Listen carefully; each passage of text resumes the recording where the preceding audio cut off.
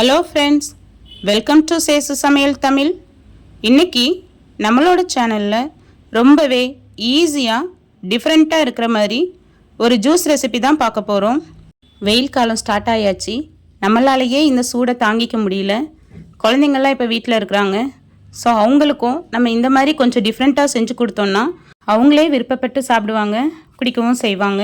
அதுக்கு முன்னாடி நீங்கள் இப்போ தான் ஃபஸ்ட் டைம் நம்மளோட சேனலை பார்க்குறீங்கன்னா நம்மளோட சேனலை சப்ஸ்கிரைப் பண்ணி பக்கத்தில் இருக்கிற பெல் சிம்பிளையும் கிளிக் பண்ணிவிடுங்க. வாங்க இப்போ வீடியோக்குள்ளே போகலாம். அதுக்கு நான் இன்றைக்கி ஒரு முழு தர்பூசணி எடுத்திருக்கேன். அதை நம்ம ஸ்ட்ரைட்டாக ப்ளேஸ் பண்ணிக்கலாம். அதுக்காக நான் கீழே ஒரு பவுல் செட் பண்ணி வச்சுருக்கிறேன். நம்ம அது மேலே ப்ளேஸ் பண்ணோன்னா நம்மளால் ஸ்ட்ரைட்டாக ப்ளேஸ் பண்ணிக்க முடியும். அதுக்காக தான் ப்ளேஸ் பண்ணிவிட்டு நம்ம மேலே இருக்கிற போர்ஷனில் ஒரு 2 இன்ச் அளவுக்கு நம்ம ரவுண்டாக கட் பண்ணி எடுத்துக்கலாம். நான் இங்கே காமிக்கிறேன்ல, அந்த மாதிரி கட் பண்ணிக்கலாம். இப்படி கட் பண்ணிவிட்டு நம்ம இந்த குழிக்கரண்டி இருக்குல்ல, குழிக்கரண்டியை வச்சு நம்ம உள்ளே இருக்கிற சதை பகுதி எல்லாத்தையும் நம்ம அந்த கரண்டியை வச்சே வலித்து எடுத்துடலாம். அப்படி எடுக்கும்போது உங்களுக்கு அது ஈஸியாக தான் இருக்கும், கஷ்டமாக இருக்காது. நம்ம ஒவ்வொன்றா எடுத்து ஃபுல்லுமே எடுத்துக்கலாம்.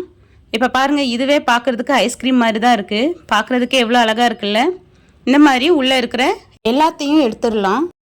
நம்ம எப்போவுமே அந்தந்த காலத்தில் கிடைக்கிற ஃப்ரூட்ஸை நம்ம சாப்பிட்டோன்னா அது நம்ம உடம்புக்கு ரொம்பவே நல்லது. இப்போ பாருங்கள், நம்ம உள்ளே இருந்த சதைப்பகுதி எல்லாத்தையுமே எடுத்து முடிச்சிட்டோம். இப்போ இதை ஒரு மிக்சர் ஜாரில் நம்ம சேர்த்துக்கலாம். விதைகளோடு தான் சேர்த்துருக்கேன். நம்ம அரைச்சிட்டு எப்படியும் ஃபில்டர் பண்ண போகிறோம். இது கூட நான் ஒரு 5 ஸ்பூன் அளவுக்கு சர்க்கரை சேர்த்துக்கிறேன். இதுலேயே இனிப்பு சுவை அதிகமாக தான் இருக்கும். நம்ம தேவைப்பட்டால் சேர்த்துக்கிட்டால் போதும். நான் இன்றைக்கி தர்பூசணி குச்சி ஐஸும் ரெடி பண்ண போகிறேன். அதனால் நான் கொஞ்சம் சர்க்கரை சேர்த்துருக்கேன். நம்ம ஜூஸ்க்கு சர்க்கரையோட அளவை கம்மியாக சேர்த்துக்கலாம். நம்ம ஐஸ் மேக் பண்ணுறதுக்காக கொஞ்சம் சர்க்கரை எக்ஸ்ட்ரா சேர்த்துக்கலாம். அப்போ அது நல்லாவே டேஸ்ட்டாக இருக்கும். அதுக்காக தான். இப்போ பாருங்கள், கொஞ்சம் அதிகமாக இருந்ததுனால நான் 2 வாட்டியாக அரைச்சிட்டு வந்திருக்கேன். அரைச்சிட்டு எல்லாத்தையும் ஃபில்ட்ரு பண்ணி எடுத்தாச்சு. இப்போ இதை இப்படியே வைக்காமல் நம்ம ஆல்ரெடி உள்ளே இருக்கிறதெல்லாம் எடுத்துகிட்டு வச்சுருந்தோம்ல, தர்பூசணியோட மேலே இருக்கிற அந்த தோல், அதுவே இப்போ ஒரு பாத்திரம் மாதிரி தான் இருக்கும். அதுக்குள்ளேயே நம்ம அரைச்சி ஃபில்டர் பண்ணி வச்சுருக்கிற அந்த ஜூஸை உள்ளே சேர்த்துட்டு இதுக்குள்ளேயே நம்ம ஐஸ் க்யூப் போட்டு வச்சோன்னா குழந்தைங்க நீங்களே வேணான்னு சொன்னாலும் அவங்க அதை ஊற்றி ஊற்றி குடிப்பாங்க. அதுக்காக தான் நம்ம எப்போவும் செய்கிற மாதிரி இல்லாமல் கொஞ்சம் டிஃப்ரெண்ட்டாக பண்ணி கொடுத்தோன்னா பிள்ளைங்க அதை விரும்பி கேட்பாங்க. அதுக்காக தான் பிள்ளைங்க மட்டும் இல்லை, நம்மளுக்குமே அது கொஞ்சம் டிஃப்ரெண்ட்டாக தான் தெரியும். இப்போ பாருங்கள், ஜூஸ் தயாராகிடுச்சு. இப்போ நம்ம இந்த ஜூஸோடு நிறுத்தாமல் நம்ம இதில் தர்பூசணி குச்சி ஐஸும் ரெடி பண்ண போகிறோம். இந்த வெயில் காலத்தில் வாட்டர்மெலன் நம்மளுக்கு கிடைச்ச ஒரு வரப்பிரசாதம். நம்மளோட உடல் சூட்டை தணிக்கும். அது மட்டும் இல்லாமல் உடம்புல நீர் சத்து குறையாமல் பார்த்துக்கும். இப்போ நம்ம குச்சி ஐஸ் ரெடி பண்ணிடலாம். அதுக்கு நான் வீட்டில் இருக்கிறதுல சின்னதாக இருக்கிற கிளாஸஸில் ஒரு 4 கிளாஸ் எடுத்து வச்சுருக்கேன். அதில் நான் அந்த தர்பூசணி ஜூஸ் எல்லாம் நான் அதில் ஃபில் பண்ணி வச்சுருக்கேன்.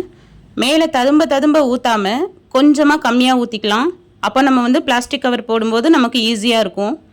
இப்போ ஒரு பிளாஸ்டிக் கவர் மேலே போட்டுட்டு கவர் விலகாமல் இருக்கிறதுக்காக நான் ஒரு ரப்பர் பேண்ட் போட்டுக்கிறேன்.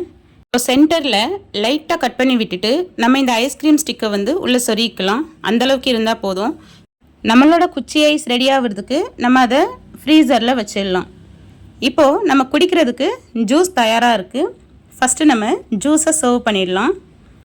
2-3 மணி நேரத்தில் நம்மளோட தர்பூசணி குச்சி ஐஸும் ரெடி ஆகிடும். இப்போ பாருங்கள், நம்மளோட ஐஸு ரெடி ஆகிடுச்சு.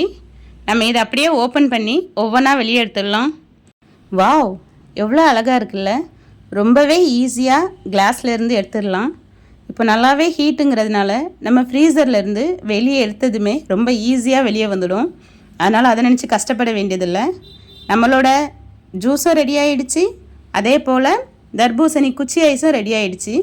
இந்த சம்மரை இந்த தர்பூசணி ஜூஸோடையும் நம்மளோட தர்பூசணி குச்சி ஐஸோடையும் நம்ம சூப்பராக என்ஜாய் பண்ணலாம். உங்களுக்கு இந்த ரெசிபி பிடிச்சிருந்ததுன்னா நம்மளோட சேனலை சப்ஸ்கிரைப் பண்ணி பக்கத்தில் இருக்கிற பெல் சிம்பிளையும் கிளிக் பண்ணி ஆளுங்கிற ஆப்ஷனையும் கொடுத்துருங்க. Thanks for watching.